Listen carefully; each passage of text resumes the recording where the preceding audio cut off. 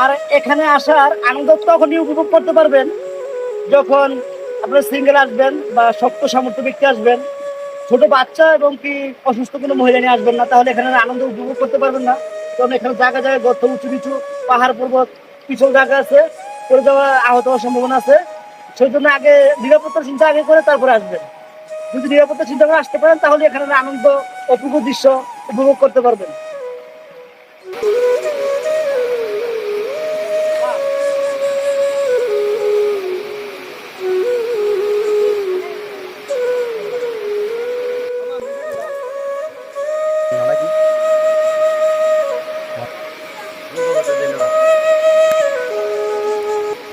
সত্য কথা বলতে কি, এতক্ষণ যে আসলাম এই জায়গার ঠিকানাটা আপনাদেরকে দেওয়া হলো না। এটা হলো চট্টগ্রাম জেলা, তারপরে খৈয়াছড়া জন নামে পরিচিত। এলাকার নাম মিরসরাই, খৈয়াছড়া।